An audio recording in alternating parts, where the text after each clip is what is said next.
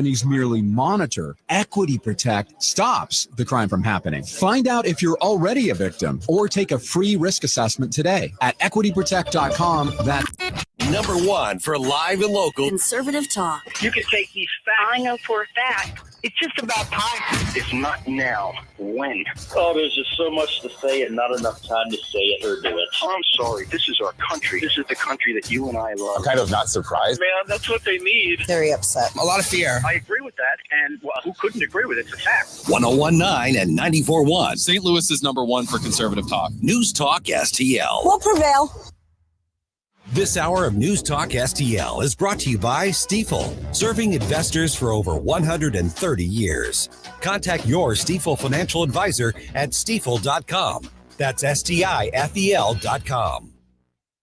From the Michaels Flooring Outlet Weather Center. Cold sunshine today, but the high temperature reaching up to about 30 degrees after a bitter cold start this morning. Now, it won't get as cold tonight. In fact, temperatures will actually rise a little bit overnight, and we'll be back to around 30 tomorrow morning with a high in the low 40s, and we'll be close to 50 by Friday. But it does look like some rain beginning Friday night. I'm KMOV First Alert meteorologist Kent Earhart.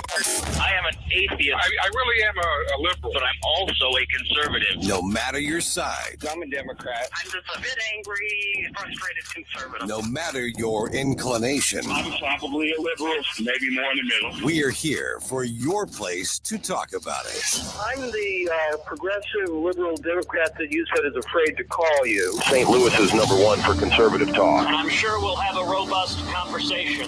News Talk STL. This hour of Colombo Company brought to you by Gutter Pros. Water goes where we tell it. Call 314-656-7195 or visit them at gutterpros.com.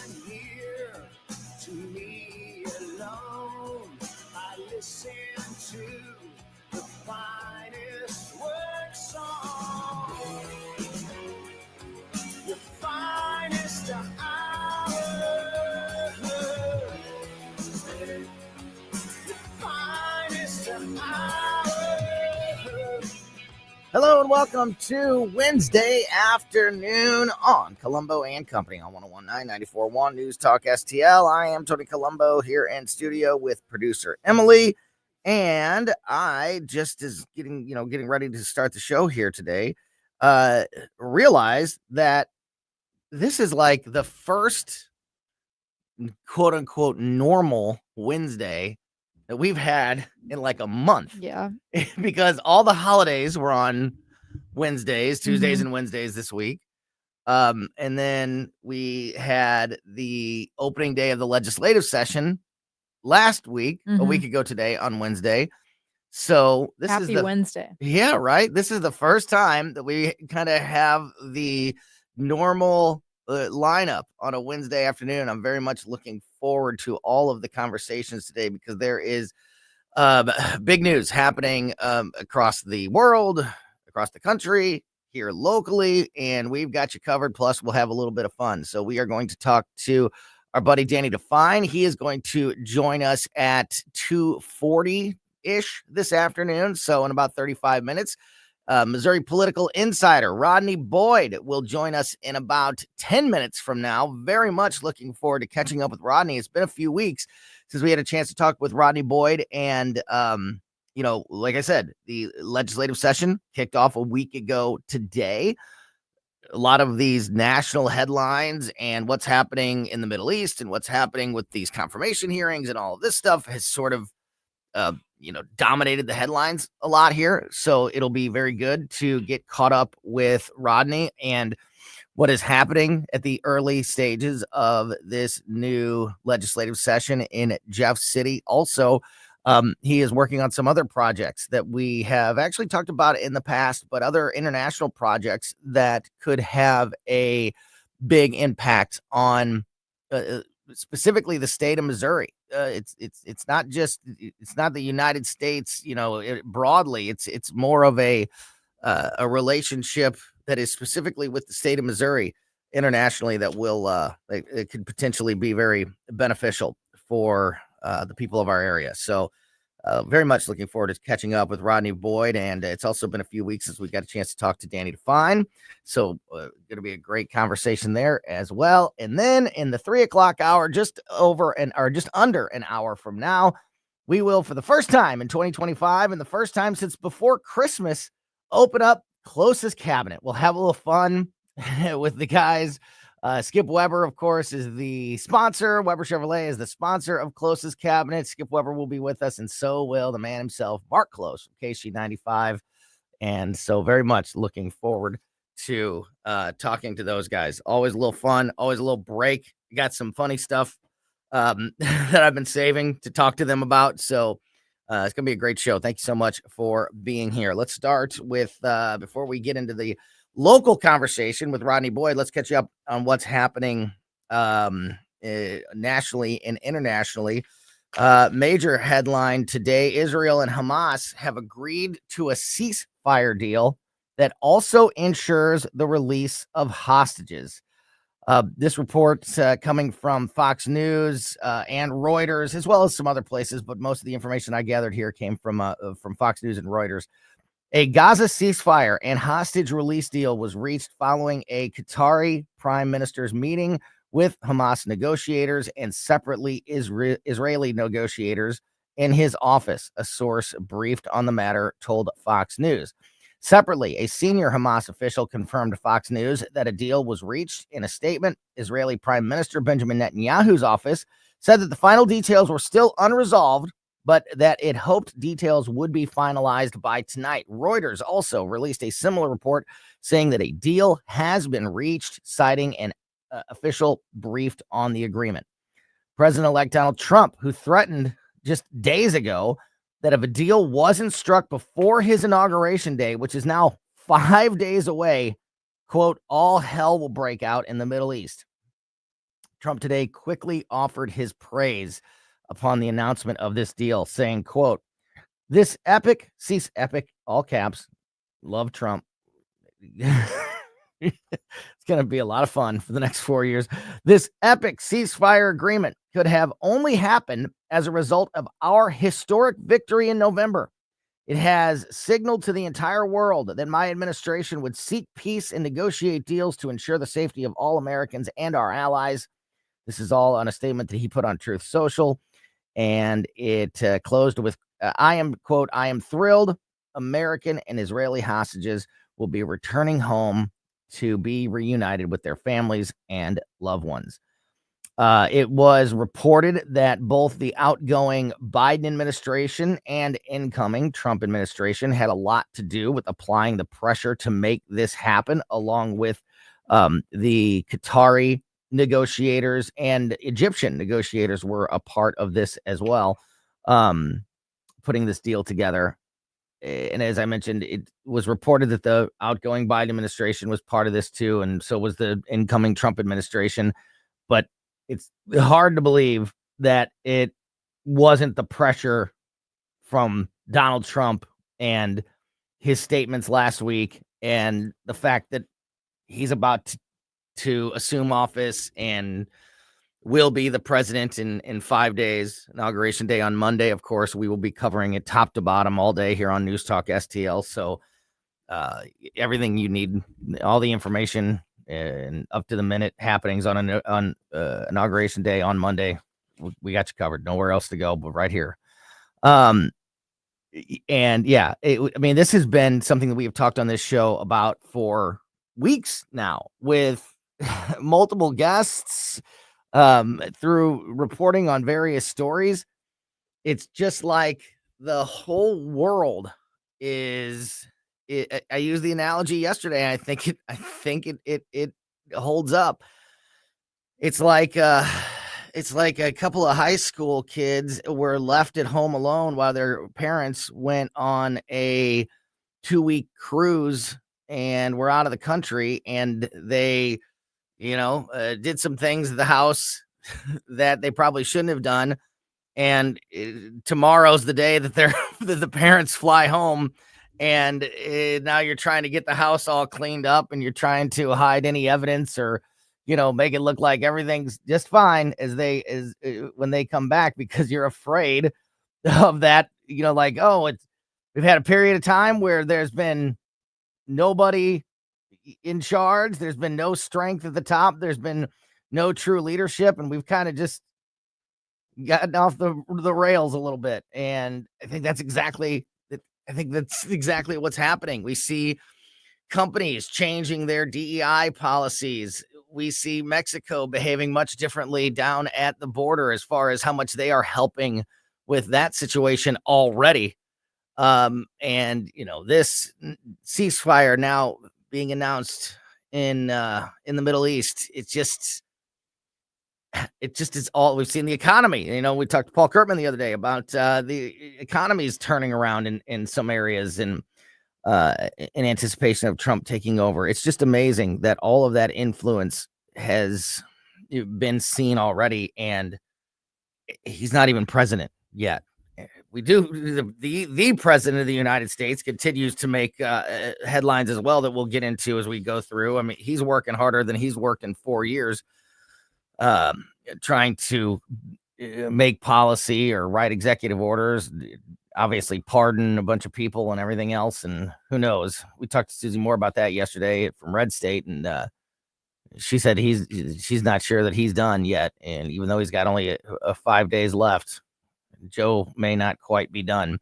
One more story here, and we'll obviously continue to keep an eye on the ceasefire situation.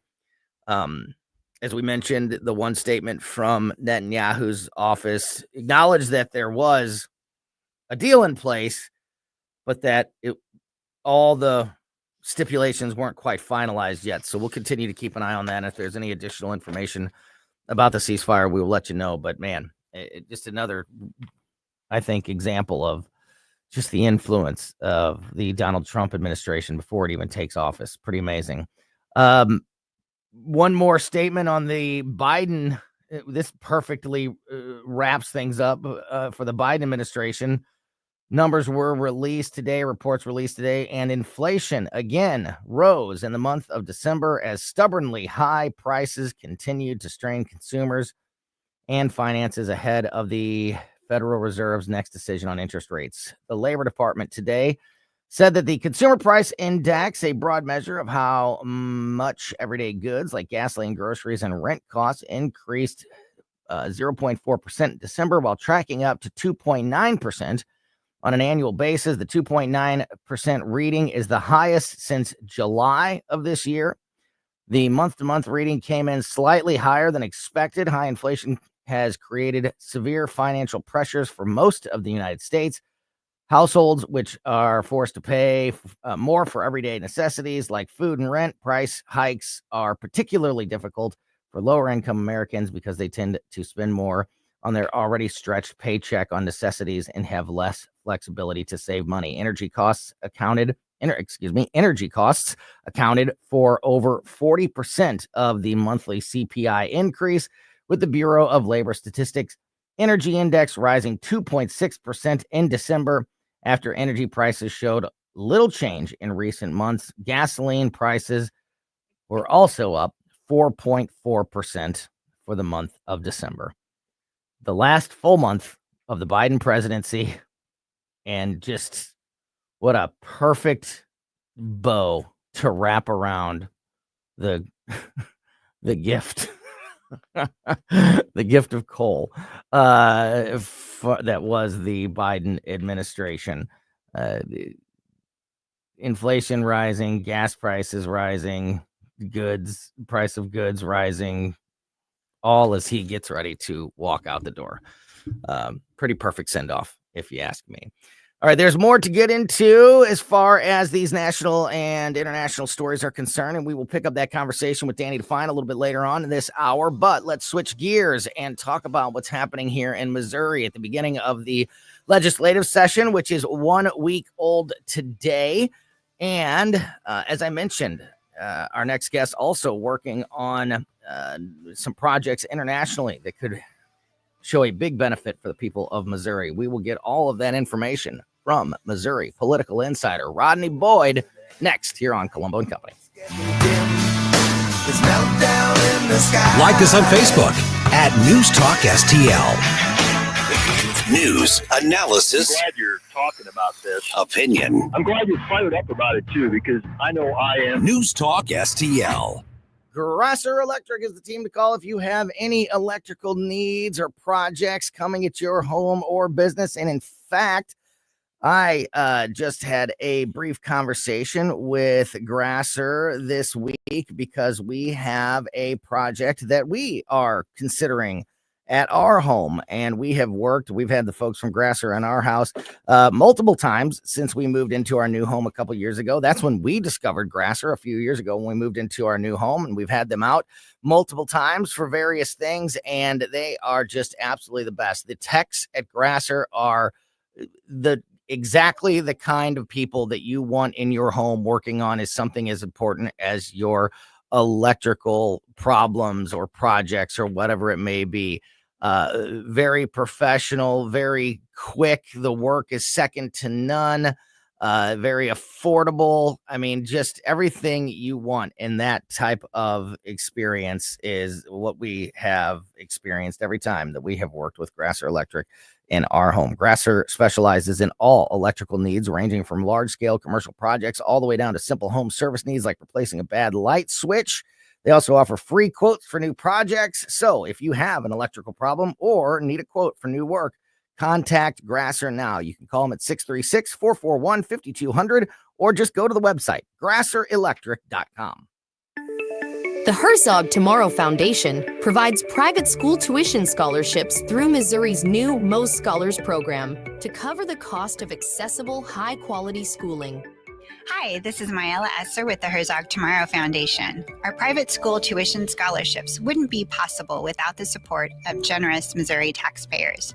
If you're a Missouri taxpayer interested in redirecting your tax dollars and sending them to Missouri students in need of a better education, please contact me at herzogmostscholars.org. Better education for students creates a better tomorrow for all. Learn how you can help provide a better education for Missouri students at herzogmostscholars.org. That's herzogmostscholars.org. Also, sign up for The Lion, an initiative of the Herzog Foundation that carries articles covering a wide range of issues facing American families and culture. herzogfoundation.com. That's herzogfoundation.com. I'm Dr. TJ, owner of the Institute of Natural Health, co-owner of Optimal Nutraceuticals, and the host of Wellness 101. Wellness 101 is designed to cut through the nonsense and provide you common sense, science-based information regarding health and wellness. On the show, we discuss topics like thyroid health, gut health, hormone optimization, and many others. Our show airs Saturdays at 10 a.m. and 2 p.m. and Sundays at 11 a.m. and 3 p.m. right here on News Talk STL. For more information, visit us at inhstl.com. That's inhstl.com. The Allman Report. Hey, Wednesday on the Allman Report, Jimmy Carafano went on a safari. Can you believe that? If he makes it home, he's going to be on the show. The Allman Report, News Talk STL. Jamie Allman. Weeknights at 8 on News Talk STL.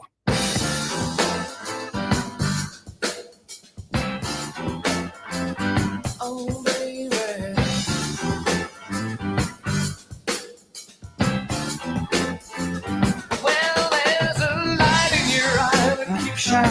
Welcome back to Colombo and Company on 101.9 94.1 News Talk STL.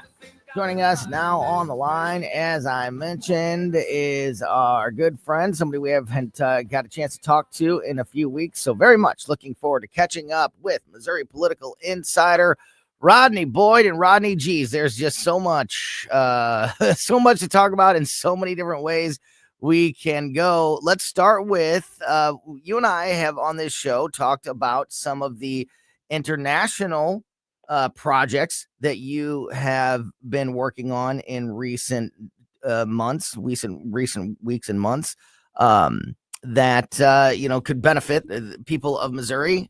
Can you share an update or the latest on any of those projects? Sure, absolutely. Good to be with you. Happy New Year, officially my first time back on your great show in 2025. No, I've went for the first time as a guest of a Missouri CEO to Rwanda in sub-Eastern Africa about 13 months ago. And I will tell you, I was blown away. I had never been to Africa, had no expectations. I had a lot of the misinformation that swirls around in our heads. I get there and I find this country, which went through the genocide in '94, to have made almost a miraculous recovery. You know, every sector, agriculture, industry, safety, mental stability, virtually no crime, and little to no political corruption. So that's a sort of a stew that just took me aback. And so wonderful. I just, and I went back for a subsequent visit with actually a group of friends who were looking at ways to develop potentially some direct relationships between Kigali and Missouri. And so then was able to get connected to the World Trade Center, Tim Nowak, and what they do with their organization, they do all the international official relationships. And so they were super excited about building bridges, literal bridges between Missouri, St. Louis, and Rwanda, Kigali. And so we all went back. I was sort of a tag along for a broader delegation mission, went back to meet with all the major ministers in government, local officials, business leaders, industry leaders, and was super, incredibly inspired by all the head nodding about building out relationships. When you think about Rwanda, it's a relatively small country in the middle to Eastern Africa, not unlike St. Louis and Missouri, relatively small, modest state in the near center to eastern part of our country. Leading industries parallel quite well. Agriculture, obviously their agriculture products differ from ours, but there's some real interest and needs. Their educational institutions are kind of leading the charge for training a new generation of young people in exciting new careers. I can make the same case for some of our great institutions here in Missouri. And then the opportunity really to just sort of look at what does it look like if we start some real trade conversations, and they're well underway. Even had a chance to give a brief update to new governor, and he was excited and has some ideas as well. So right now it's all exploratory, but it's got a tremendous amount of potential for our two economies to benefit mutually from each other. And I'm just looking forward to going back. I was blessed that my wife went on this trip. She said, "You've been over there so many times. I want to see what you're doing." And to see her by day 3 say, "I get it. This is amazing. This is some things that I see." She sees potential for her career. She's an engineering professor at WashU, and she met some bright students over there. And all, it was a delegation of 15 people this time, and everybody sort of had the same response. This is amazing, unbelievable. We need to figure out how to build bridges, economic, social, civic interchange. Got a tour of their new soccer stadium, was telling them about our new soccer stadium. There's a lot of excitement about their soccer program. They just rebuilt their soccer stadium after 30 years, and so they opened it up last July. So just the parallels, the synergies is really what got everybody motivated. So a lot more to come. Man, I just continue to be impressed when we talk about, Missouri in national news. Missouri, like so many states in the Midwest and, states that aren't called New York or California or Texas or Illinois, with Chicago even, is, just sort of overlooked. But we have, if you're paying attention, there's so many areas across the country where Missouri is leading, the way in so many important things. And, whether this is coming directly from Missouri government or, or outside relationships like that you're working through to make these kinds of things happen. It's just it's awesome to be around, that type of innovation and outside the box thinking, and exciting to see, the results that could come from this. I agree, Tony. You summed it up perfectly. And I think a lot more to come. So I'm excited about where we're headed, with the new state leadership. I mean, just a lot of positive things that, unfortunately, when you sit in the center of the country, people in the broader media want to talk about what's happening, as you said, in the East and Mid-Atlantic, coastal cities, states like California, and some of it's merited. Big fires, big crises, that's what leads. But we continue to punch way above our weight as a state and as a region, and having a significant impact globally in the 50 states in the U.S. And we're going to continue to do that. That's just who we are. And the reason why we were that arch down there lets the world know we were the gateway to the West. We have always played an oversized role in moving this nation forward in Missouri. We have. I mean, that's a fact. And so we're going to continue to do that. The world's changing a lot. Workforce is changing a lot. A couple of things are still going to be critical. One, agriculture. People got to eat. People got to be able to feed themselves, and they got to be able to feed their populations. But Missouri's got some of the greatest academic institutions and some of the greatest thought leaders in the world. And I think we're going to continue to do our part, punching above our weight, having a national and an international impact. And this Rwanda trip just reminds me of how accurate and true that really is.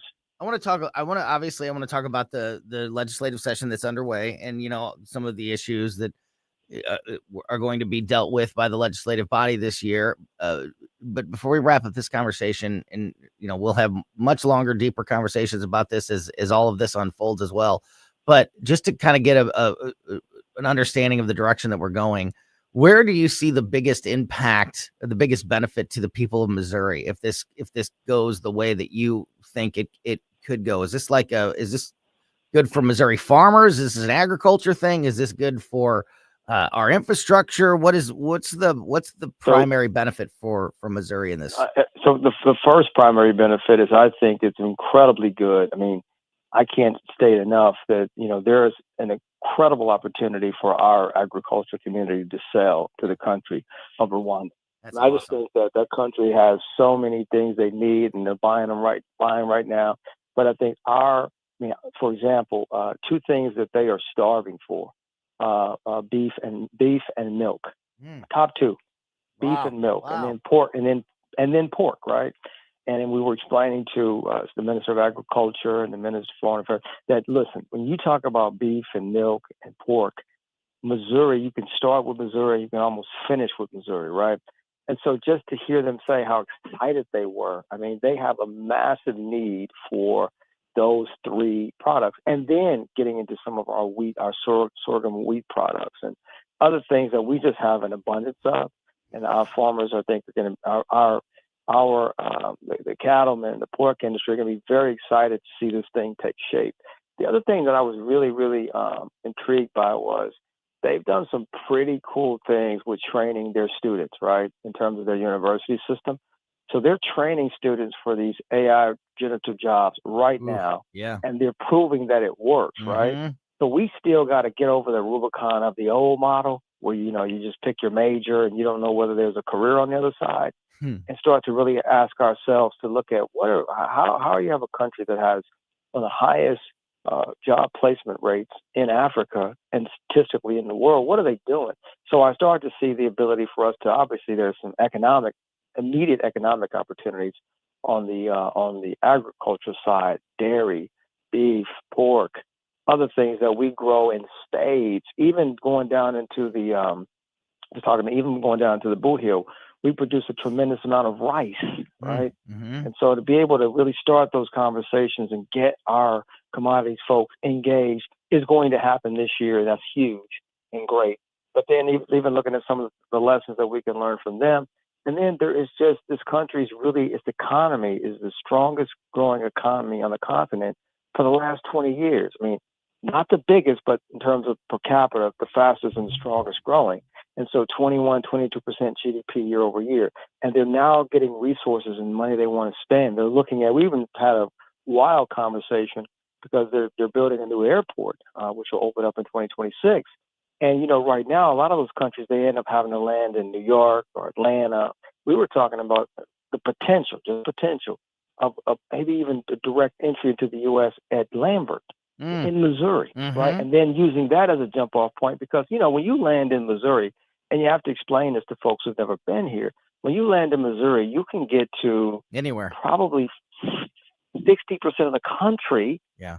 Within 2 hours, within a couple hours, all of the So without dealing with the airports in Atlanta and New York and in Philadelphia and other places that are not as quick. I mean, we used to be a hub probably before many of your listeners were even born. Yeah, but we had access to those international routes, and we're inching our way back with Lufthansa going to Frankfurt, Air Canada going to Montreal. Yeah. But if you broaden that, I mean, that's what gets people excited about opportunities that we have to offer, and you don't have to come here and compete with 50 other international routes. You can really kind of come in here in 2026, 2027, and that could be very exciting. So that is super exciting. That is super exciting. Talking to Rodney Boyd, Missouri political insider, and we'll continue to watch this unfold. And I'll be asking a lot of questions about it as it does. And I got a ton of information, and we're putting it together. I'm going to share with you. Can't wait. Some of it you can post for your listeners just to kind of see. We had a very broad delegation of people, many of them who had met on the trip. So we tried to bring people together from different sectors of our region who were leaders in the research and science and academic and all. It was a beautiful sort of representation of the broad who we are as Missouri. Yeah, that's just awesome. And anything that helps Missouri farmers, I mean, is just got my 100% support and so many others. And if that's where we start and we grow from there, and who knew that a place like Rwanda would be where this type of relationship would come from. Yeah. Just really cool stuff. I agree. So thanks for talking about that. Yeah, you bet. We got a few minutes left here with Rodney Boyd, our Missouri political insider. And I don't know, I almost kind of don't want to switch gears because that is very positive and optimistic stuff. I am not as positive and optimistic about the Missouri legislative body, simply because of years past. It's maybe too early to pass any judgment on this year's. I know you've been very busy with this project and you've been, out of the country. But what have you heard so far in this first week of the legislative session? Yeah, go ahead. So I absolutely made it back in time to work for the inauguration. I wanted to be there. I wanted to be in that energy. I wanted to see what it felt like. And the inauguration day had a lot of upsides. I mean, one of the differences that I think creates capacity, and then creating capacity means you got to act on it, is you see the Republican Party trying to rally itself around getting some things done. Now, obviously, there are nuances because there are issues that haven't gotten as much attention as some would like. Obviously, Amendment 3 wasn't talked about much, if at all, on Inauguration Day.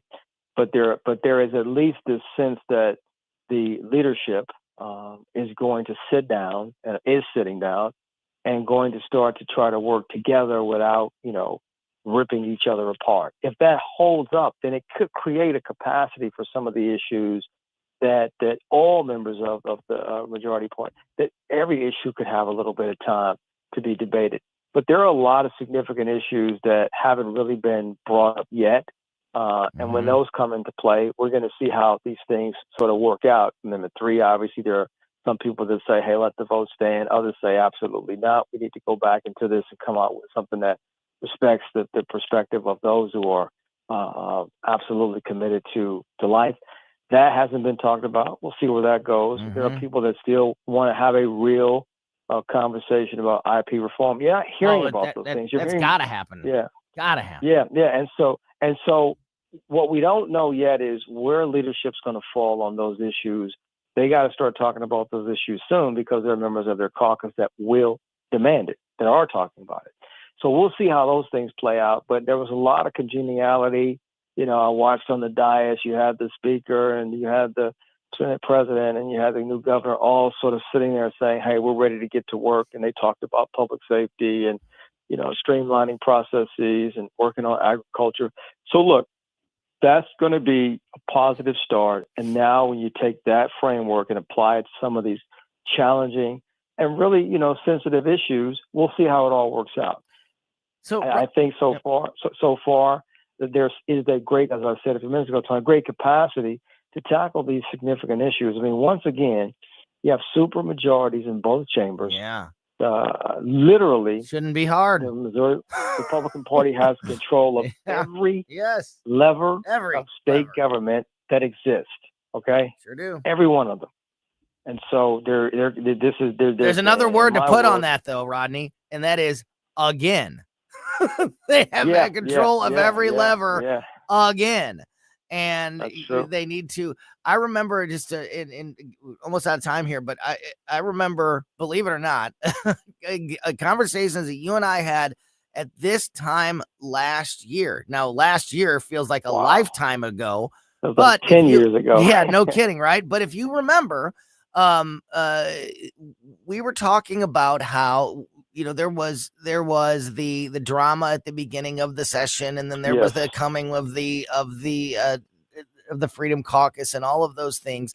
And it felt like there was like something different happening, with all of this going on, that there was, it was tough, and it was, it was something that was, more dramatic and hindering to the session than it was certainly positive, but it was different. It seemed like it seemed like things were changing.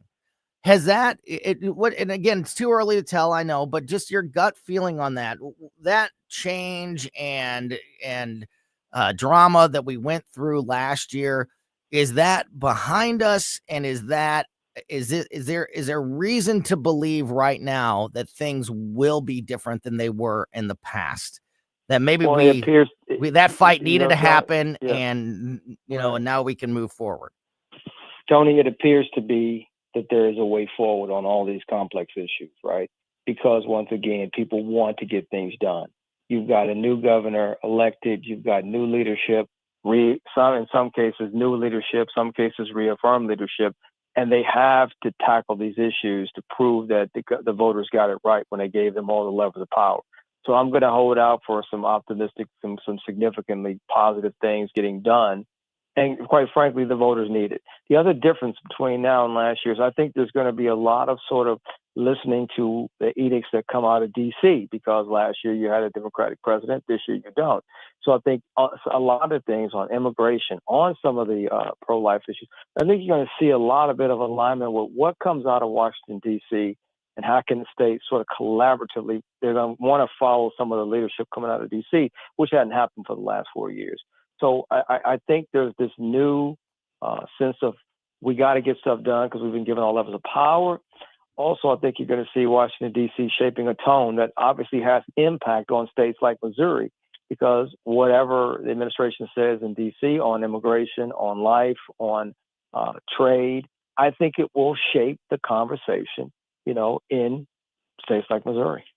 Yeah, great stuff. Well, and we're going to continue to keep an eye on it, and we really appreciate the insight that you're able to provide us on a weekly basis. And it is great to catch up with you again, my friend, and look forward to many more conversations. Absolutely. In the new Thanks year. for keeping the state. Thanks for keeping the state conversation in the ears of your listeners. It's as important as anything else, certainly. Rodney Boyd, thanks as always for your time, my friend. Have a great rest of your day. Yep. All right, we are going to switch from the local state conversation back out to some of the national stories right now. The press briefing is happening at the White House, and a reporter just asked Karine Jean-Pierre if Trump deserves credit for the hostage deal and the ceasefire that we're talking about earlier in the show. And I can't hear exactly what she's saying, but reading some of the words there, basically no. It was all Joe Biden, which is just, I guess it's just coincidence that days after Trump said that if the hostages aren't released by the time he takes office, there's going to be hell to pay, and then it happened. I'm sure that was all Joe Biden. Can't wait to hear that statement in full. All right. Also, speaking of Missouri politics, a Missouri congressman is at the center of a new Republican-introduced resolution that could block President Biden's recent ban on natural gas water heaters. That's something I can get behind. We'll tell you that story and more as we talk to Danny Define next here on Colombo Company.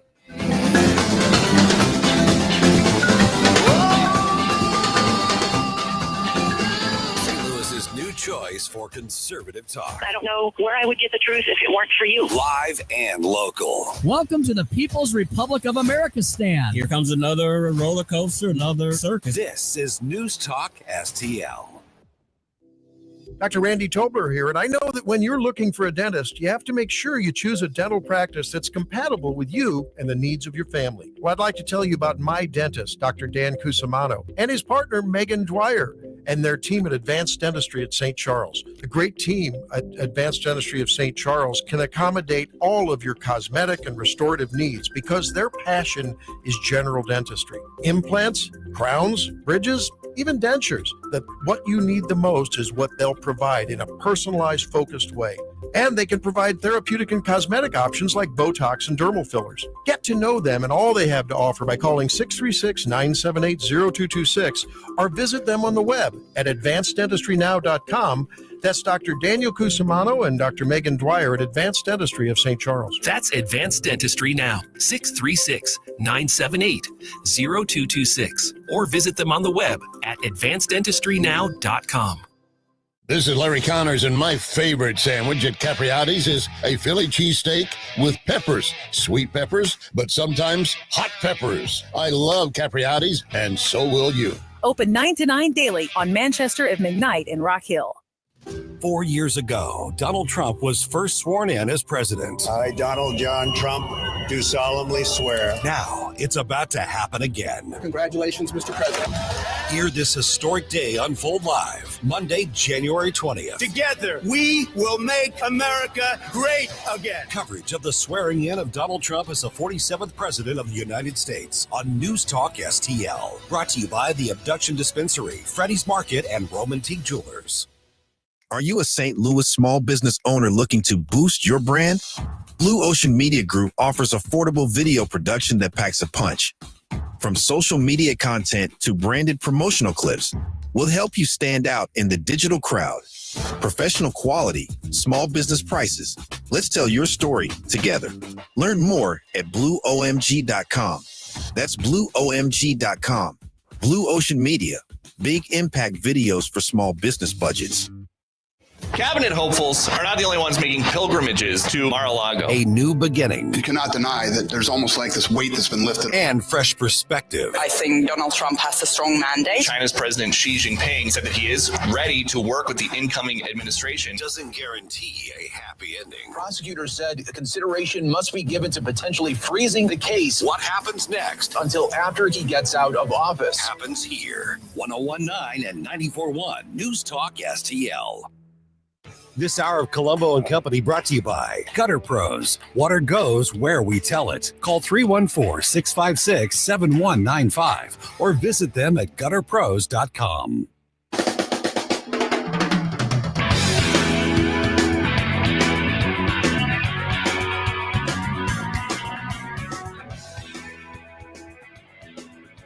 Welcome back to Colombo and Company on 1019-94.1 News Talk STL. Great conversation there with Missouri political insider Rodney Boyd. As I mentioned at the beginning of the show, even though we're halfway through January, this is like the first Wednesday because of the holidays and then because of the opening day of session last week on Wednesday. This is like the first Wednesday that we're getting back to quote unquote normal here on Colombo and Company. That was our first conversation in a few weeks with Rodney Boyd. And we are also having our first conversation of the year with one of our great contributors here at News Talk STL. Our good buddy Danny Define is on the line with us. Danny, happy belated New Year. And thanks as always for your time, dude. How are you? I'm doing well, Tony. We can still say Happy New Year, right? When is the cutoff for that? Well, we haven't talked yet, so we can say it because we haven't talked in the new year. I think you can do that all the way through January as long as you haven't seen or talked to the person yet, and then you got to start saying Happy Valentine's Day. I think after the Super Bowl is the cutoff. There you go. Happy New Year until the Super Bowl, like first week in February. Then that's it. You save it for next year. I think you're exactly right. So we just touched on a lot of the things that are happening here locally with the legislative session and all of that with Rodney Boyd. And so I want to go back out and talk about some of the national issues happening right now, of which there are many, and get your thoughts on them. First, I just read this right before the show, so what I'm about to read to you is all that I know about this story, but it's a good one, so I wanted to let everybody know, get your thoughts on it.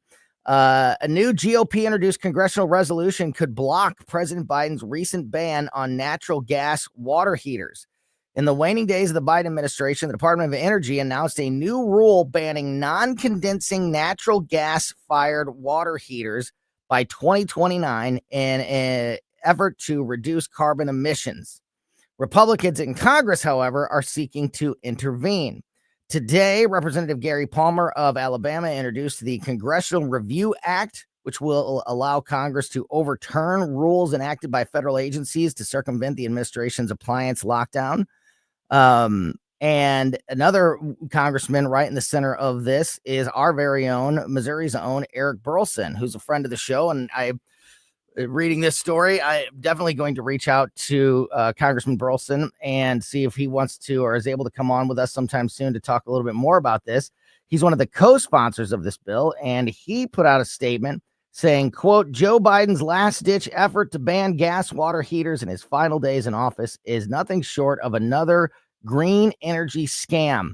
It's also the latest assault on American consumers. It isn't about saving the planet. It's about control, higher costs, and forcing an unsustainable, radical agenda on every household. It's time we stand up against this tyranny of regulations and protect the freedoms and choices of the American people. Hear to that statement from Congressman Burleson. And Danny, it's been amazing to watch.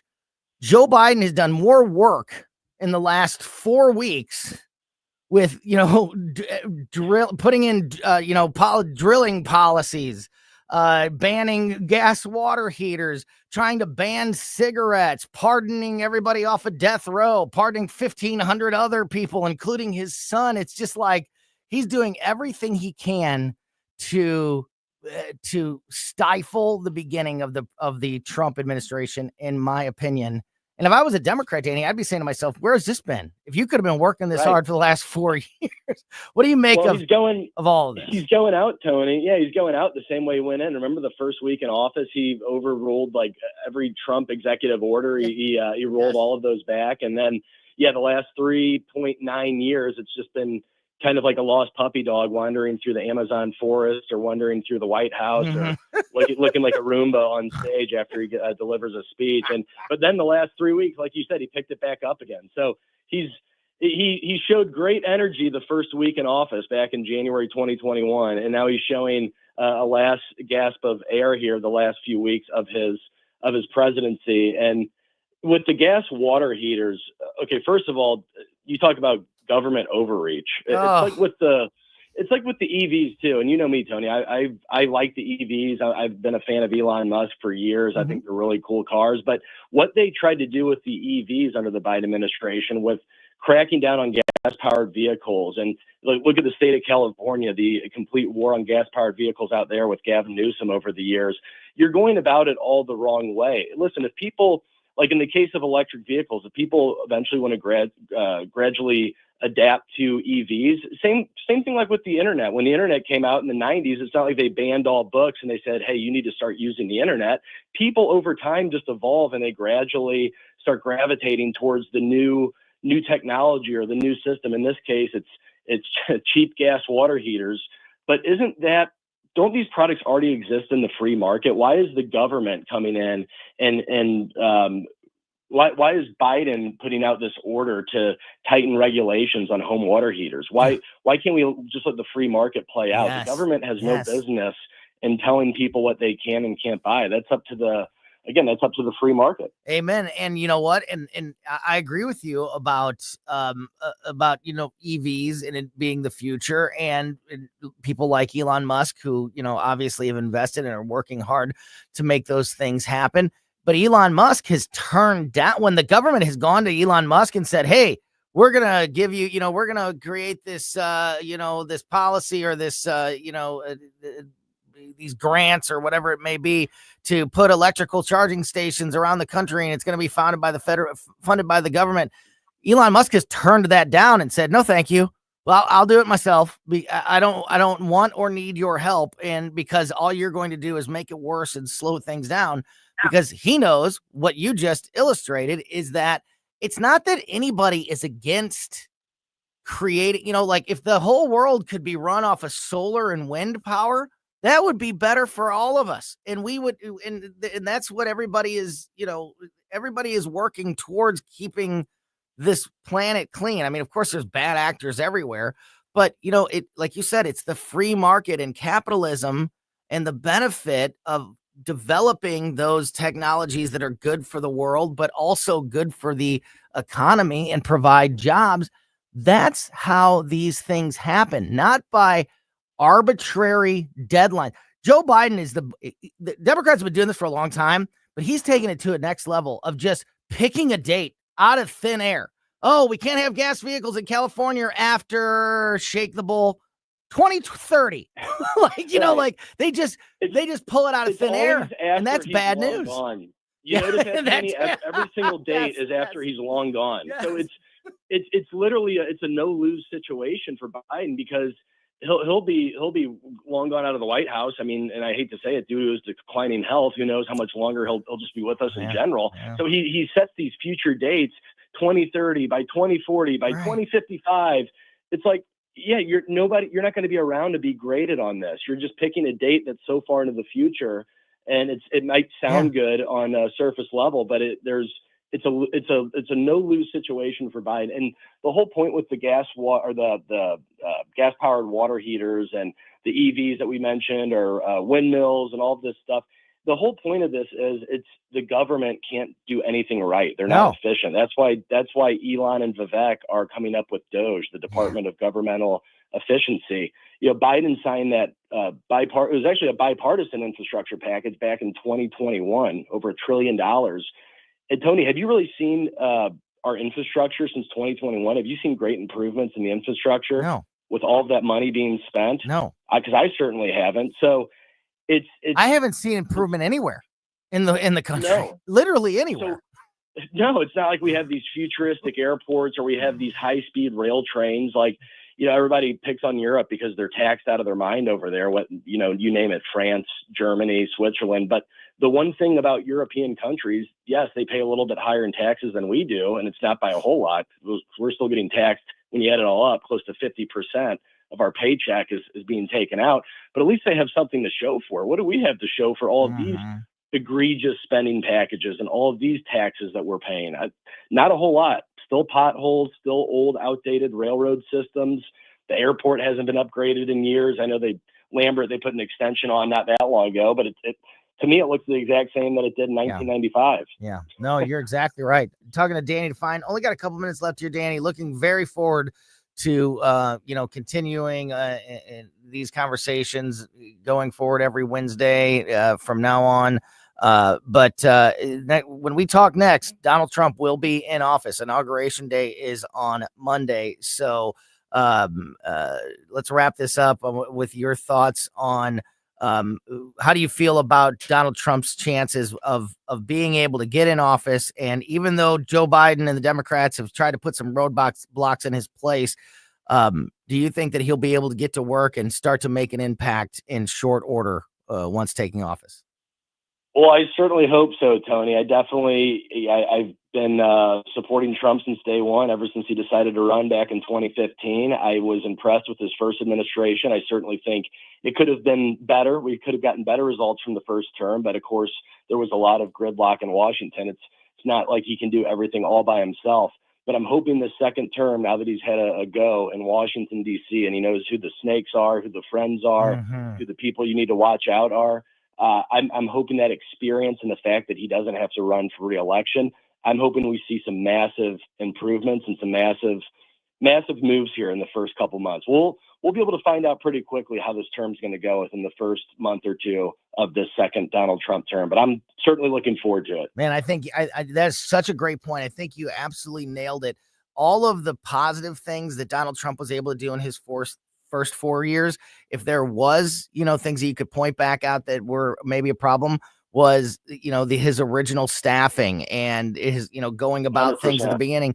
And as you just said, it was because he didn't know what he didn't know. So armed, with the track record of success that he already had, and now with that institutional knowledge of, not having to rely on other people's advice to help him build his team or, go about his agenda, I think will be a huge benefit going forward. Danny Define, really appreciate the stuff as always. Great insight, and look forward to talking to you again next week, my friend. Thanks. Absolutely, Tony. Happy New Year. Back at you, buddy. Yeah, for sure. And speaking of getting back to normal on Wednesdays, gonna open up Closest Cabinet for the first time this year. Next. When disaster strikes, the food supply is the first domino to fall. It can start quietly, an emergency alert, a breaking news headline. But within hours, reality sets in. People rush to grocery stores, emptying shelves of everything from bread to canned goods. Lines stretch out the door, tempers flare, and desperation takes hold. And no matter who's in charge these days, you simply can't rely on the government to bail you out. That's why having an emergency food supply on hand is the right move for you and your family. Right now, you can get $50 off a 4-week emergency food kit at mypatriotsupply.com. They're an American company trusted by millions, offering 2,000 calories per day with essential vitamins and minerals to keep you strong during a crisis. This food will be there for you when you need it, since it lasts up to 25 years and can ship out to you next day. Go to mypatriotsupply.com now to get $50 off your 4-week emergency food kit. That's mypatriotsupply.com. Hello, fans of the paranormal. I'm Frankie, host of the newest show on News Talk STL, On a Garage. And we'll be discussing everything paranormal, from ghosts, demons, hauntings, and aliens to Skinwalker, Bigfoot, fairies, and the Chupacabra. Every Saturday night between 9 p.m. and 10 p.m., me and Jeremy will discuss mysterious events in St. Louis and surrounding areas, including gateway families and unsolved true crimes. That's right. It's all right here exclusively on News Talk STL from 9 p.m. to 10 p.m. every Saturday night. KLGY HD3 Clayton, K270BW Bellefontaine, KNBS Bowling Green. This is News Talk STL at 1019, 94.1, and always streaming at newstalkstl.com.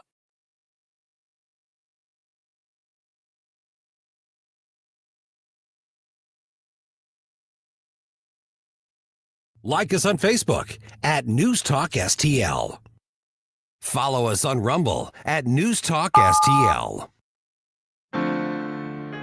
Follow us on Rumble at News Talk STL. This is News Talk STL at 1019, 94.1, 99.1 HD3 and newstalkstl.com. On Capitol Hill, at the cabinet confirmation hearing, Senator Jim Risch interrupted a line of questioning to announce the ceasefire in Gaza. For the edification of the committee, I've just been advised that there's been a ceasefire announced in Gaza.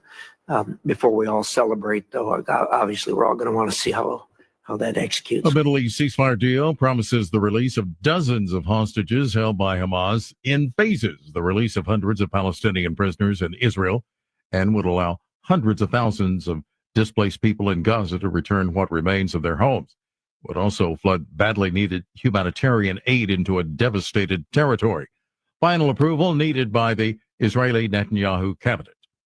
Numerous confirmation hearings were scheduled for today. Florida Senator Marco Rubio promising to implement President-elect Donald Trump's America First vision as Secretary of State. Senator Rubio testifying before the Senate Foreign Relations Committee. Other nominees scheduled: John Ratliff to lead the CIA, Sean Duffy to lead the Transportation Department. Chris Wright is the nominee to lead the Energy Department, and Pam Bondi for Attorney General. Also at townhall.com, dangerous fire weather remains the forecast for Southern California. National Weather Service meteorologist Todd Hall in California. We're still looking at critical fire weather conditions. The wildfire is killing more than 24 and destroying thousands of homes and buildings. We're going to have some better conditions for late weekend. Winds are forecast to switch between Thursday and Friday, blowing from the coast to the desert, bringing more moisture, but presenting challenges on top of what already exists given the topography. Officials warning residents to be ready in case of additional evacuations. I'm Julie Walker. A higher close on Wall Street. The Dow was up 703 points. The NASDAQ adding 466. More at townhall.com. You've heard me talk about Relief Factor and how so many people enjoy a better, more pain-free life because of it. If you're dealing with everyday pain, it makes sense you'd want to try it first. Well, Relief Factor makes that pretty pain-free too with their 3-week quick start kit for only $19.95, less than $1 a day. Relief Factor is a daily supplement that fights pain naturally. Relief Factor doesn't just mask pain temporarily, it helps reduce or eliminate pain. Visit relieffactor.com or call 1-800-4-RELIEF, 800-4-RELIEF for relief. From the Michael's Flooring Outlet Weather Center. I'm First Alert 4 Chief Meteorologist Steve Templeton. Some warmer air is pushing in tonight, so temperatures will actually rise a little bit overnight, near 30 degrees by daybreak, and then a high of 41 as the thaw begins for Thursday. Partly cloudy skies and staying dry. Overnight low into Friday morning, 26, so a little refreeze is still possible, but we're back up to the upper 40s Friday afternoon, 48 for the high, and some evening rain Friday evening and Friday night. Chance of some rain showers. That'll taper off early Saturday, but it's colder over the weekend. Saturday's high 33, Sunday only 20, so watch the refreeze over the weekend after the melt. That's the latest from the First Alert 4 Weather Center. I'm Chief Meteorologist Steve Templeton. This hour of News Talk STL brought to you by Piccadilly Palace, located in Union, Missouri. The ultimate family fun center is Piccadilly Palace. Call 314-860-6418 or visit piccadillypalace.com. Fox News commentary. The House passed the Protecting Women and Girls in Sports Act. Guess how many Democrats voted in favor? I'm Tommy Lahren. Find out next. Trust and Will knows that we'll all eventually need a will. How about right now? Trust and Will makes creating your will easy, like while you're lounging on the couch easy. Trust and Will is designed by attorneys but customized by you, and all documents are state-specific and secure. Find your plan at trustandwill.com and use offer code RADIO now for 10% off. That's trustandwill.com, offer code RADIO. Trust and Will is an online estate planning service. Visit trustandwill.com for details. Some semblance of sanity and integrity has been restored in the House with the passage of the Protecting Women and Girls in Sports Act. The bill does, well, just that. It amends Title IX to recognize a person's sex as based solely on a person's reproductive biology and genetics at birth. Schools who allow a person whose sex is male to participate in an athletic program or activity that is designated for women or girls risk losing federal funding, as they should. Now, you'd think Democrats, self-proclaimed feminists, would vote to save women's sports and spaces. But no, only 2 Democrats voted in favor of the bill. The supposed party of women doesn't know what a woman is and apparently has very little interest in protecting our sports and our spaces. And that's shameful. I'm Tommy Lahren, and you can watch my show, Tommy Lahren is Fearless, at Outkick.com. This is News Talk STL. News, analysis, and opinion from the voices you know and trust. News Talk STL at 1019, 94.1, and newstalkstl.com.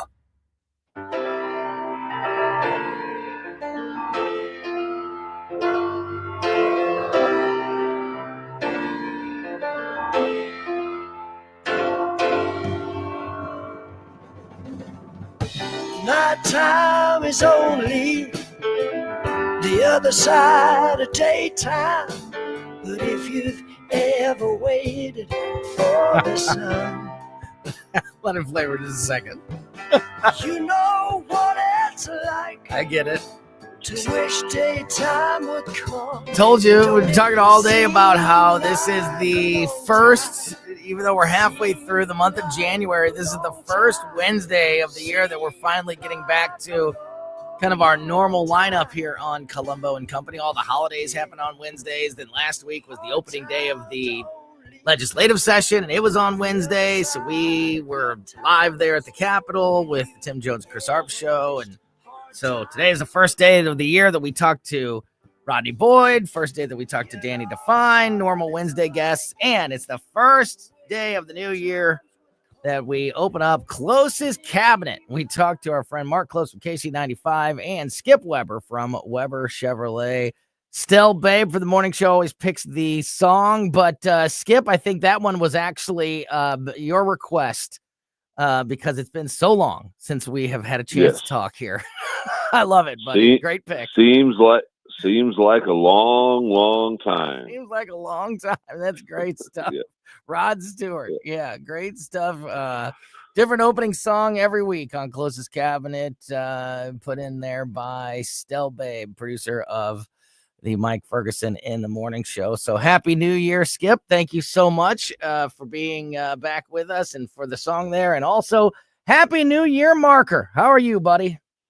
Boys and young lady, good to talk to you, man. It seems even longer than a long time. It's just seemed like it's been a long time. But things happen and the holidays get in there and you're traveling and kids are home and everybody have a good holiday? Everybody good? Yeah, we're okay here. Everybody's good here. You're so right. And we've talked about this, like the passage of time. Rodney Boyd and I, in our segment, we were talking about a conversation that we had at the beginning, the new legislative sessions underway in Missouri. And we were talking about, remember when we were talking about it last year at this time? And it felt like a lifetime ago.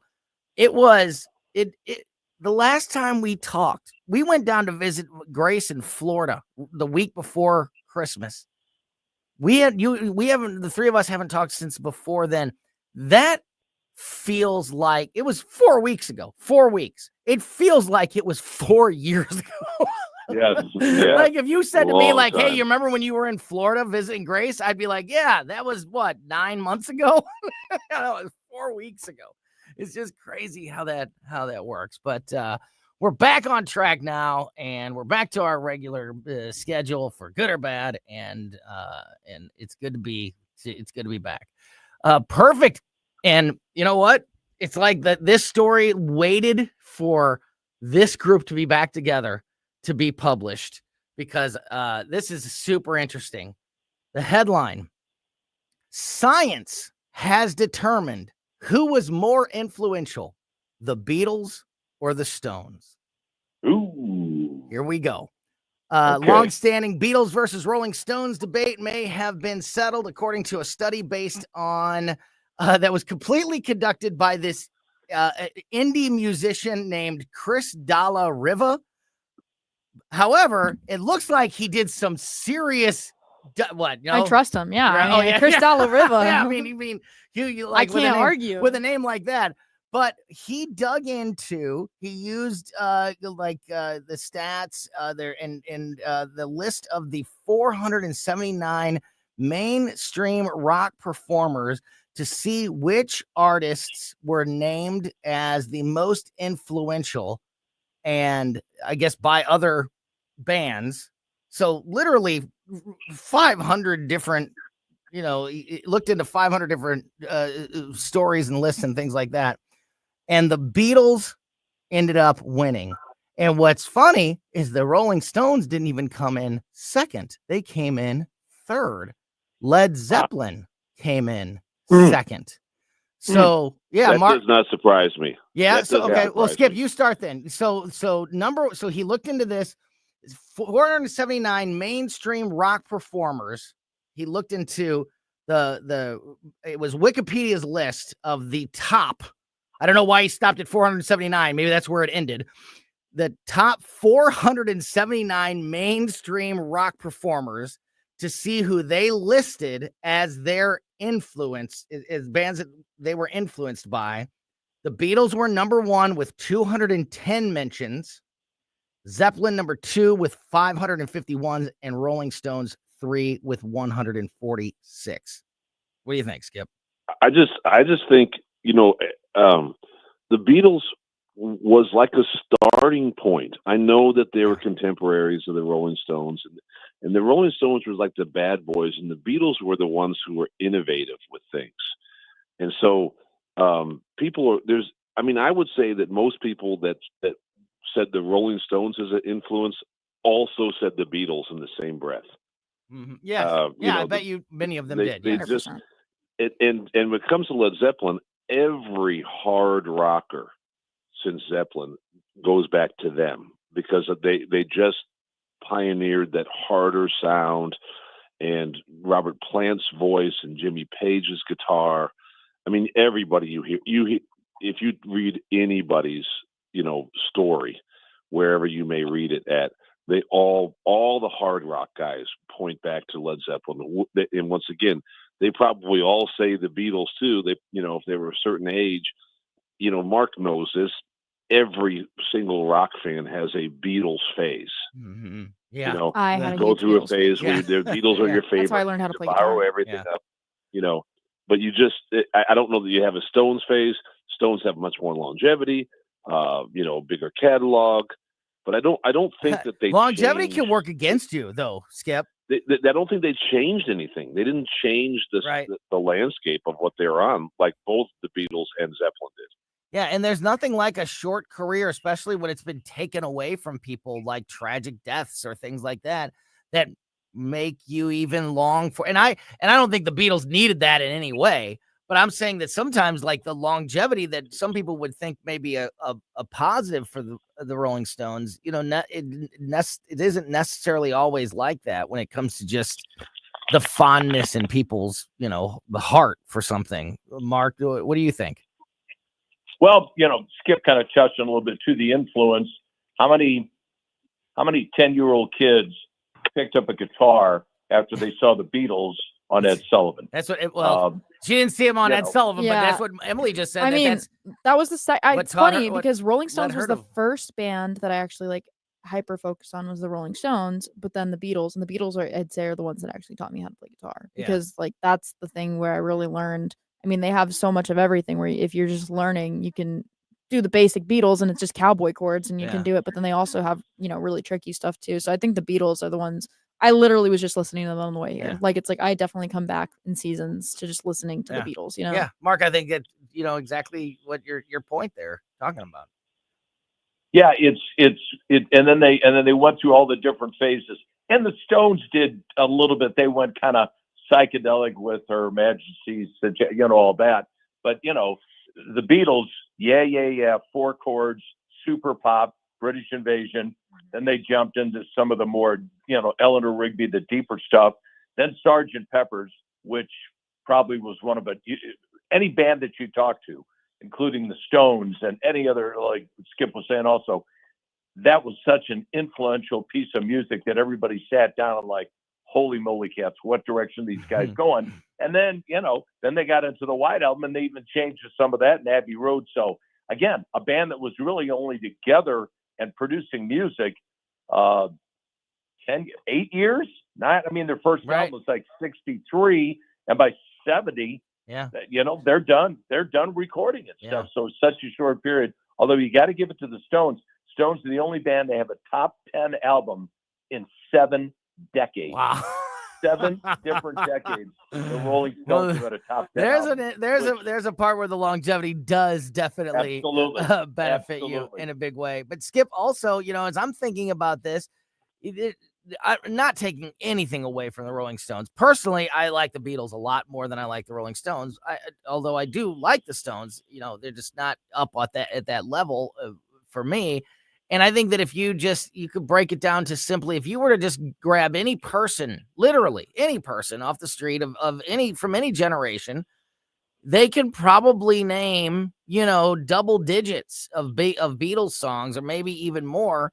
And I don't think that, that would happen with the Rolling Stones necessarily, especially as time goes on. Now, everybody knows the Stones. I'm not saying that you're going to be able to name plenty of songs and all that, but I think everybody's just more familiar with the Beatles than they are the Stones, and that only increases over time. Go ahead.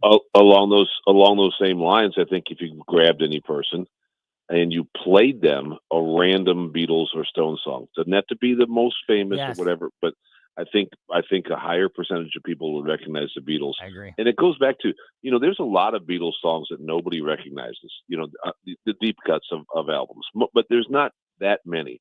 But there's none of them are bad. All the songs are really good.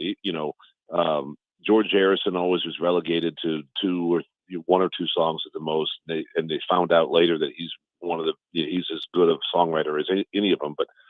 But his stuff didn't get released as singles and all that stuff. But it's all good. You really can't say the same about the Stones. I'm telling you, the Stones are great, and I love their music. But if your typical Stones album, like you listen to Let It Bleed, and there's some great songs in there, and there's some real dogs. They had some real bad stuff. Never play. You never play for somebody to say. And so there's a big, now, of course, longevity affects that too. But something tells me that the Beatles were always going to have that. If they'd have stayed together a few more years, a few more albums, it'd still be that. Every song on the album, they just were very, very. McCartney was meticulous. It's not going to go on unless it's perfect and all that. I don't know. It's just that I always see that as a big difference. Well, they all proved they all proved, right, Skip, that they all proved that they had plenty left in the tank. That they all had plenty of they had songs still, and phases to go through. They were all 4 of them. They weren't done when the Beatles broke up. So had they stayed together, I think you're exactly right. That would have just manifested its way through through more Beatles records and more Beatles hits. I want to get to another couple stories here, but I'll read you the top 10 real quick and just see if anything on here stands out to you as something that doesn't fit. So as I mentioned, number one was this is science has determined that the Beatles are more influential in rock music than the Rolling Stones. It's been decided. Chris Dalla Riva has spoken with this with this report that he has put together. Most influential band, the Beatles. Number 2, Led Zeppelin. Number 3, the Rolling Stones. Number 4, U2. Number 5, David Bowie. Number 6, Bob Dylan. Number 7, Elton John. Number 8, Queen. Number 9, Jimi Hendrix. And number 10, the Red Hot Chili Peppers. Mark, for me, that last one, the Red Hot Chili Peppers, is the only one. And I like the Red Hot Chili Peppers. I'm a child of the 90s, but I don't know. That's it. When I read all those names, that's the only one that's kind of like one of these things is not like the others. They're great, but I don't know if they're as legendary as everybody else on the list, but obviously influential as well. Anything stand out as wrong to you as I read that top 10? Mark? Yeah, the Chili Peppers seem somewhat of a stretch. You're talking about bands. Bob Dylan really wasn't a band. He was a solo artist, but as a writer. Yeah. David Bowie's on there too. Elton John's on there. Right. So I guess it's just rock performers. Rock musicians per se. And that's what's so great. It's like sports. It can go on, and the discussions go. Just going back for a second, you were talking about staying power. Skip also brought it with the Stones being around as long as they have. To give you an idea, this is, a lot of guys, they get to the twilight of their career. The Rolling Stones played Table Rock last summer. They played Table Rock at that new venue that's down there. Johnny Morris put a venue in down there. Yeah. And the word is that he paid them $13 million to play for one night. $13 million for a band that's been putting music out for that long, over 60 years. That's staying power, brother. That is staying power. So don't get any idea for closest quarters going into the new year when you hear numbers like that being thrown around. Well, we're shooting for $130, so it's right about the same number minus a couple of zeros. So Skip, anything weird on that list to you except for maybe the chili? I mean, maybe you don't agree about the chili, but that's the only one that kind of stands out to me. Well, I want to ask again, who did he interview or who did he look at for the thing? So he looked at Wikipedia's list of the top 479 mainstream rock reporters. He read rock performers. He looked through their Wikipedia page. So current performers. So somebody that passed away in 95 is not going to be on there. And someone who passed. Yeah, I don't. He used Wikipedia. Because David Bowie passed away. Mainstream rock. Right, but I'm saying. I think these are based on popularity. I can't tell for sure. Yeah, Wikipedia's list of the 479 mainstream rock performers, and then he read their pages to see the people. Yeah, go ahead.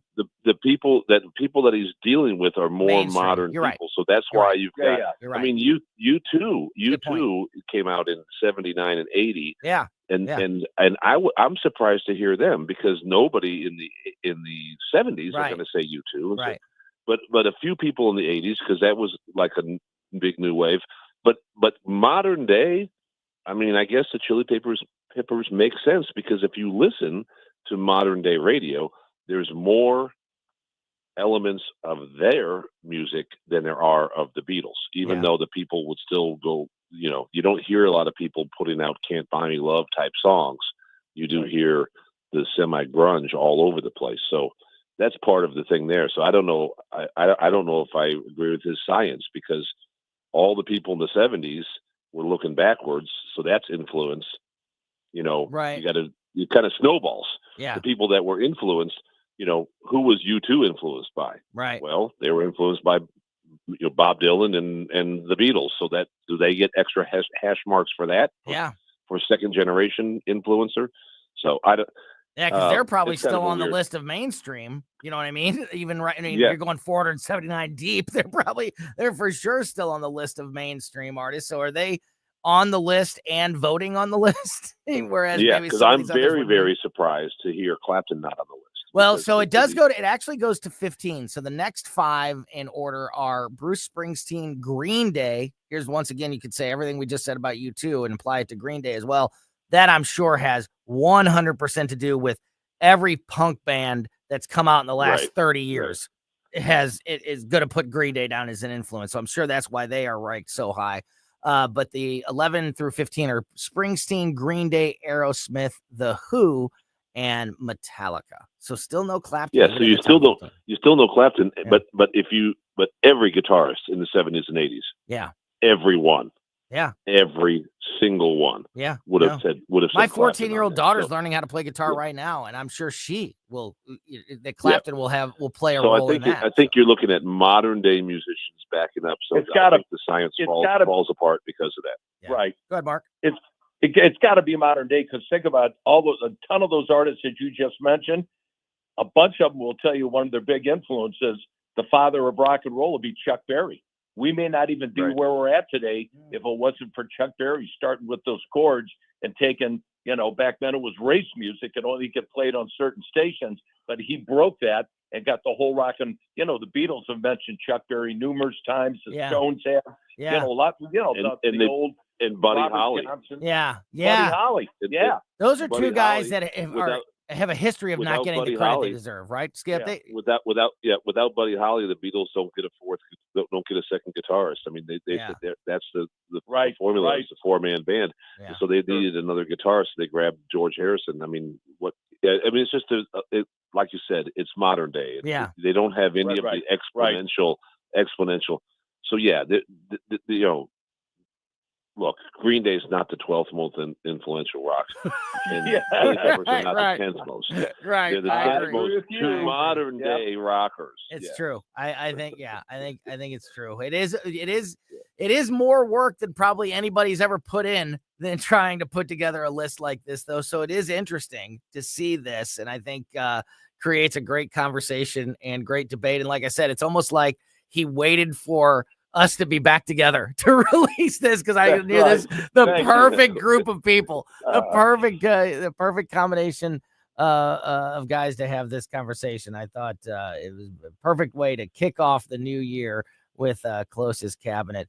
Mark, before we wrap things up, as we start the new year, what is the latest with the band and the station? With Casey, anything to promote? Let the folks know about. You guys going to be out and about battling the cold. I hope you're playing indoors if you're playing anywhere anytime soon. Oh yeah.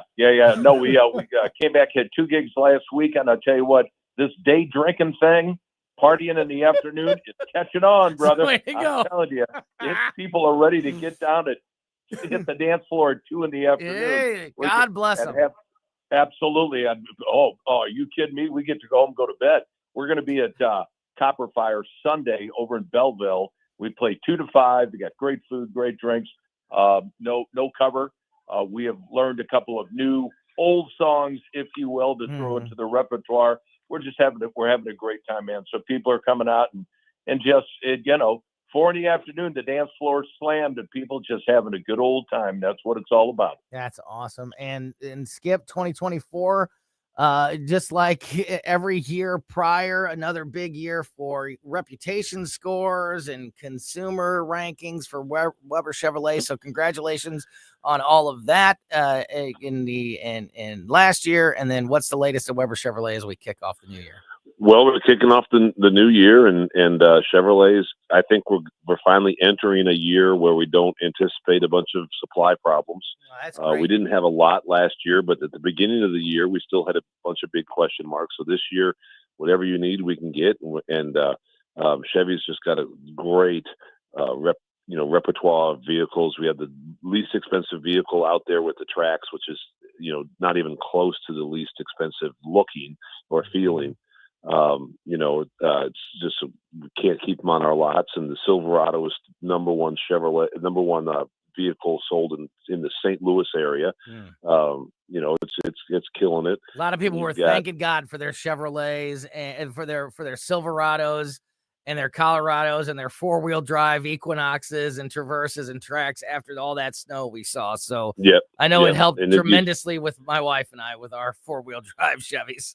Right. Well, and the thing about it is it's kind of a mixed bag there, because you got to be careful, because there's a lot of people out there that don't have it, that they're kind of like chugging along at 20 miles an hour because it's bad weather, and here comes a 4-wheel drive going 70 because they do as well. So that's always a rough balance to strike. But sure. That first day when the weather was so bad, I had to go to the store and just hopped in and just went to the store. Yeah. And there was I saw one other car on the street the whole way. There were 2 cars in the Schnucks parking lot. I said, are they even open? And sure enough, they were. It was just nobody could get out in it, but we just went and grabbed some stuff and then went back. So it is good for the bad weather, like you said. Yeah. But it's going to be a good year.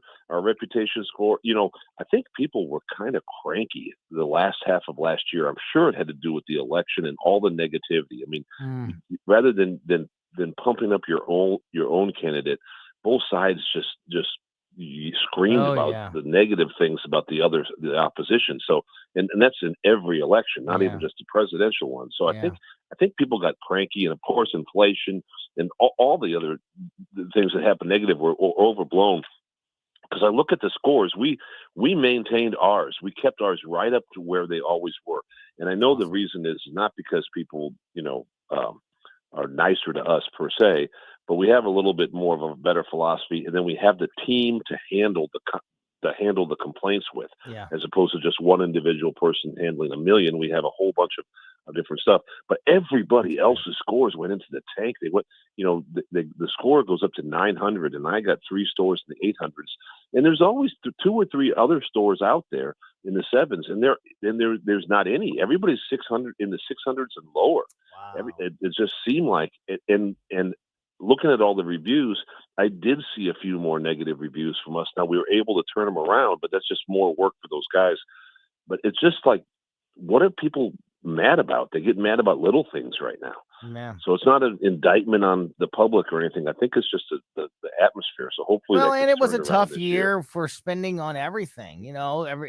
So maybe hopefully a lot of that is about to get better, and maybe we'll have hopefully some of that will go away with the new year. But it's really a feather in your cap to once again stay up there at the top and maintain your scores while everybody else is struggling. And not that you don't you don't struggle also to keep that going, but you're prepared to take care of that. So I think that's what sets you apart. Really appreciate both of your time, guys. Mark Close from KC95, Skip Weber from Weber Chevrolet. Thank you, guys, and we'll talk to you next week. See ya. Take care, guys. Thank you. Great stuff there. All right, rolling along here. We are getting closer and closer. Speaking of, maybe better things to come, especially when it comes to finances and the economy and everything like that. A lot of those high hopes being pinned on the incoming Trump administration. We are just 5 days away from Inauguration Day. We'll talk a little bit more about that next here on Colombo and Company. Hard times.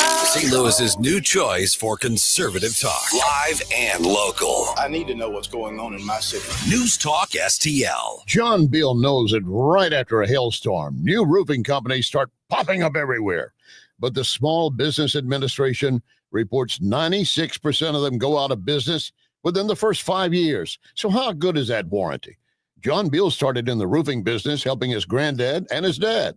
Always offering the best roof, best price, best guarantee. John Beal Roofing, not some fly-by-the-night operation. Call my friend John, 1-800-NEW-ROOF, 1-800-NEW-ROOF. This is Larry Connor's commentary on News Talk STL. Trump's cabinet nominees are going through the Senate confirmation hearings. The first one grilled yesterday, one of the ones the Dems hope to destroy. Pete Hegseth for Defense Secretary. He's previously admitted womanizing, drinking, but you have all these anonymous sources claiming he did more. And Rhode Island Senator Reid wants to believe them more than the man sitting in front of him. But he did tell him, he said, I don't think you have the character to serve. Well, if Senator Reid really believes that, I'm thinking many, if not most, members of Congress should not be serving. The Senate Majority Leader hopes to get all the Trump nominees confirmed by day one. That would include John Ratcliffe for CIA, former Congresswoman Tulsi Gabbard, his choice to serve as Director of National Intel, Pam Bondi to lead the Justice Department, and Kash Patel to head up the FBI. According to The Hill, all of Trump's pending nominations appear to have good chances of winning. There's a 53-seat Republican majority in the Senate. Any one of them would have to lose the support of at least 4 Republicans to fail. As they say in poker, a win is a win. Get more Larry Connors on Larry Connors USA. Tonight at 6 on News Talk STL. Here's great news. Napoli Kirkwood is now open. So that means fine dining right in the heart of Kirkwood. So you have the original Cafe Napoli in downtown Clayton, Napoli 2, Town and Country, Napoli 3 on the streets of St. Charles, right next door to Napoli C, plus Napoli Brothers Pasta and Pizza in the Chesterfield Valley. All of those locations, and now adding Napoli Kirkwood. What a great place to dine. Napoli Kirkwood, now open. Tim Jones and Chris Arps in the afternoon. Art Del Cueto, Vice President of the National Border Patrol Council. They say that it will cost us $3 billion to deport every single illegal immigrant. How much money have we already given other countries to defend their own borders? Is our country not worth defending? Are our borders not worth defending? Is the future of our country not worth defending? Tim Jones and Chris Arps, weekdays at 4 on News Talk STL. Ackerman Toyota is #1 in sales for 2024. That is 2 years in a row. It's really no surprise. Ackerman has the largest customer lounge where you can relax, take your time choosing new or premium pre-owned. Ackerman at Hampton and 44. AckermanToyota.com. Thank you for making Ackerman Toyota #1 2 years in a row. AckermanToyota.com. Ackerman Toyota for life. Hey, firearms enthusiast, looking for a family and veteran-owned shop with a wide selection of products and services? Head to DG Firearms, 115 Business Highway 61 North in Bowling Green. DG Firearms has been your one-stop shop for custom ARs, Cerakoting, laser engraving, gunsmithing, suppressors, ammo, and reloading supplies. DG Firearms, 115 Business Highway 61 North in Bowling Green, and online at dgfirearmsllc.com. On the next Larry Connors USA. Trump's nominees continue going before the Senate for their confirmation hearings and the latest on the wildfires. Larry Connors USA. Now weeknights 6 until 8 on News Talk STL.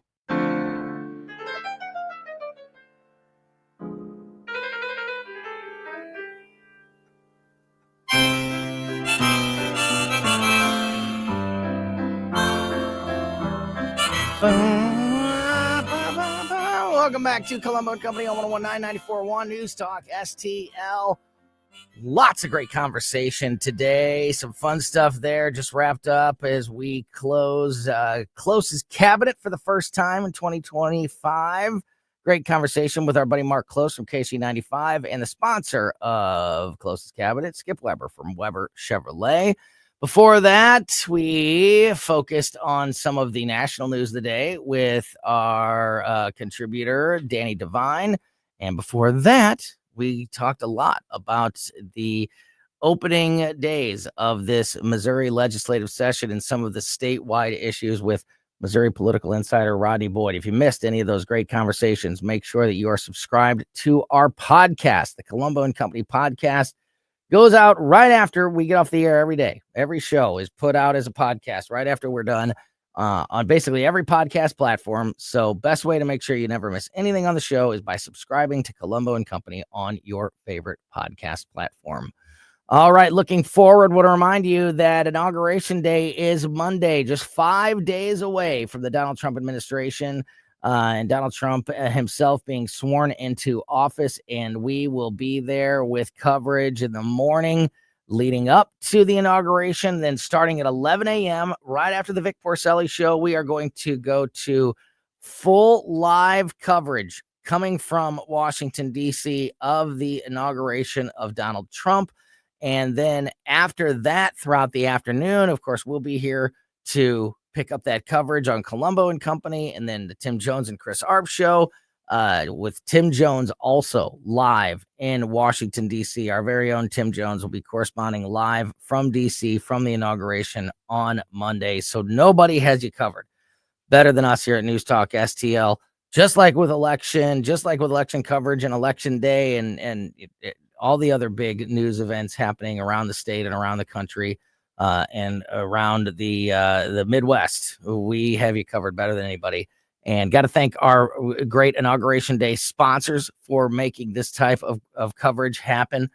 Freddy's Market, Hometown Floors, Romantique Jewelers, Monocle's Pizza in O'Fallon, Missouri, Greater Augusta Chamber of Commerce, and the Abduction Dispensary in Union and Pacific. Thanks again to our great sponsors for helping make possible the great coverage that will come your way on Inauguration Day. All right. Funny story here. Jill Biden was just interviewed by the Washington Post, and judging by the story that we talked about yesterday with Susie Moore from Red State, 90% less people are reading the stories coming out of the Washington Post on a daily basis as they were 4 years ago. That was an incredible story.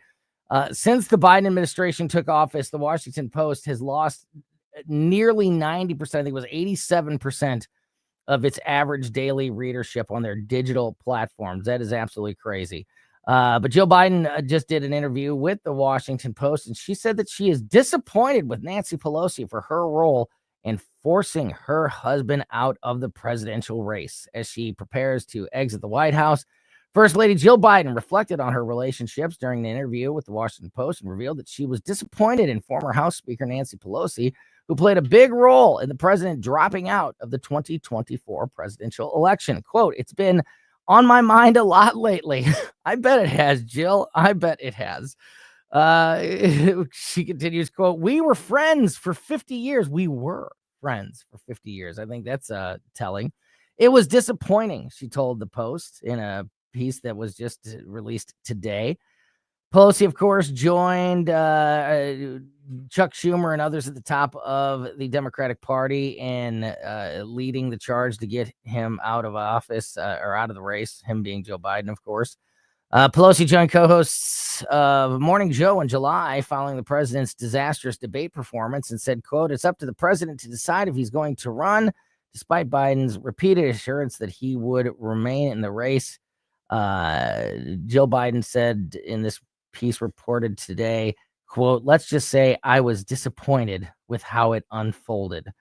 Pelosi was seen as a major force behind the Democratic pressure campaign to get the president to drop out of the race and has lamented after Vice President Kamala Harris's loss to President-elect Trump that Biden should have dropped out even sooner. Jill says Joe is still doing great and that there's no doubt in her mind that he could serve another 4 years, even though just last week, Joe himself told the USA Today that he wasn't sure if he could or not.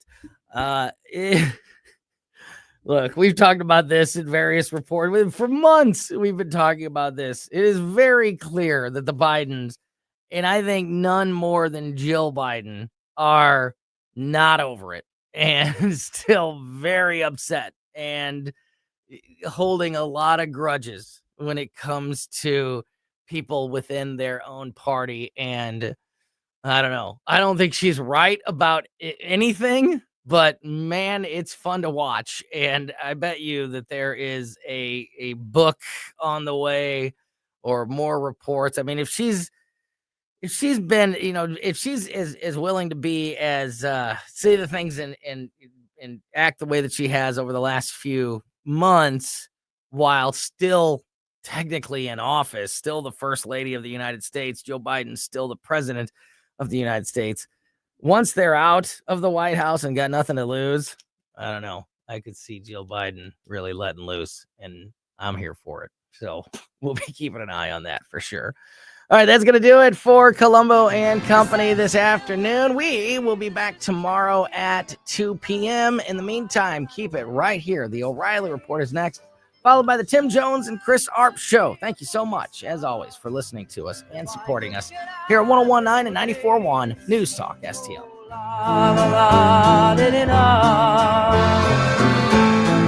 Greetings from Viviano's Festa Italiana. For 20 years, we've been bringing a taste of Italy to Chesterfield and Fedson. Family-owned and